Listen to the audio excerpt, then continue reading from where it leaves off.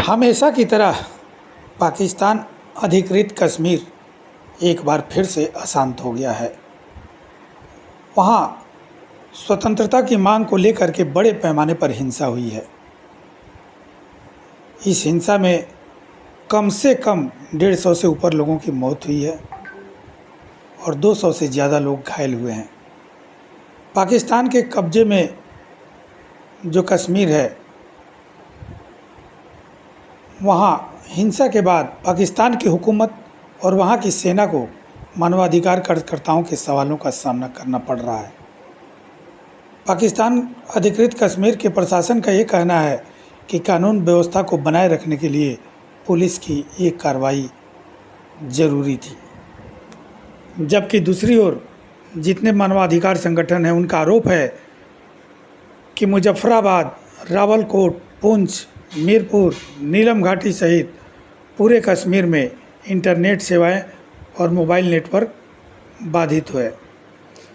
हिंसा की इस ताज़ा घटना के पीछे एक नहीं कई वजहें हैं। पीओके की सरकार ने हाल ही में संयुक्त अवामी एक्शन कमेटी पर प्रतिबंध लगा दिया। इस प्रतिबंध लगाने के पीछे जो कश्मीर के लोगों को और ज़्यादा राजनीतिक अधिकार दिए जाने और शरणार्थियों के लिए आरक्षित सीटों को समाप्त करने की वजह जायज़ रही थी। आपको बता दें कि संयुक्त अवामी एक्शन कमेटी का गठन 2023 में हुआ था और ये लोग आरक्षण की मांग कर रहे थे और इसके अलावा भी कई मुद्दों पर पीओके की सरकार से टक्कर ले रहे थे। संयुक्त अवामी एक्शन कमेटी का कहना है कि हिंसा में मरने वालों की संख्या लगभग 200 तक पहुंच सकती है। पिछले साल भी पीओके में बिजली के बढ़े हुए बिल को लेकर के और आटे की बढ़ती हुई कीमतों के खिलाफ बड़े पैमाने पर प्रदर्शन हुआ था, जिसमें 3 पुलिस अफसरों समेत कम से कम 9 लोगों की जान गई थी और सैकड़ों लोग घायल हुए थे। पीओके का ये इलाका बहुत ही संवेदनशील माना जाता है। पाकिस्तान ने इस पर ज़बरदस्ती कब्जा किया हुआ है।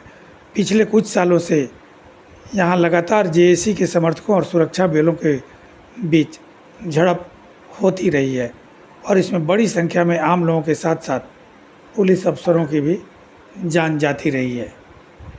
पीओके के स्थानीय लोगों के हितों की अनदेखी का आरोप सरकार के खिलाफ नाराज़गी जैसे कई मुद्दों को लेकर के और यहाँ माहौल तनावपूर्ण है। जेएसी की ओर से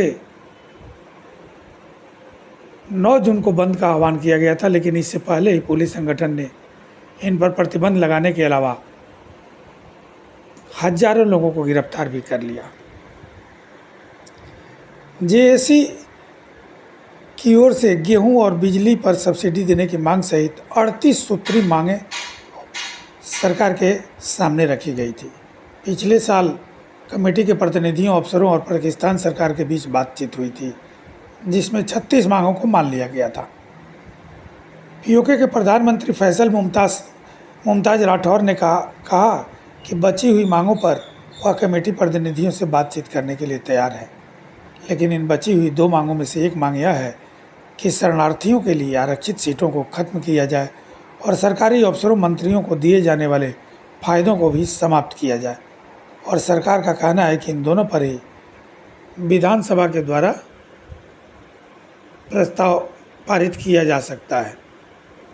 जबकि जेएसी पर प्रतिबंध के अलावा हिंसा की इस घटना के पीछे की एक और वजह है कि पीओके के सुप्रीम कोर्ट ने फैसला सुनाया था कि पाकिस्तान में रहने वाले कश्मीरी शरणार्थियों के लिए आरक्षित 12 सीटें संविधान के द्वारा आरक्षित हैं। अदालत ने यह भी कहा कि इन्हें बिना संवैधानिक संशोधन के खत्म नहीं किया जा सकता। यह सीटें उन लोगों के लिए आरक्षित रखी गई हैं जो कई दशकों पहले पाकिस्तान आए थे। हिंसा की घटनाओं को लेकर के न सिर्फ पीओके बल्कि कश्मीरी प्रवासियों ने ब्रिटेन, अमेरिका और कई अन्य देशों में भी जमकर आज प्रदर्शन किया। प्रवासी संगठनों ने आरोप लगाया कि पाकिस्तान की सरकार और वहां की सेना लोगों की आवाज़ को दबाने की कोशिश कर रही है और वहां पीओके में हो रहे घटनाक्रम पर अंतर्राष्ट्रीय समुदाय से ध्यान देने की मांग भी की गई है।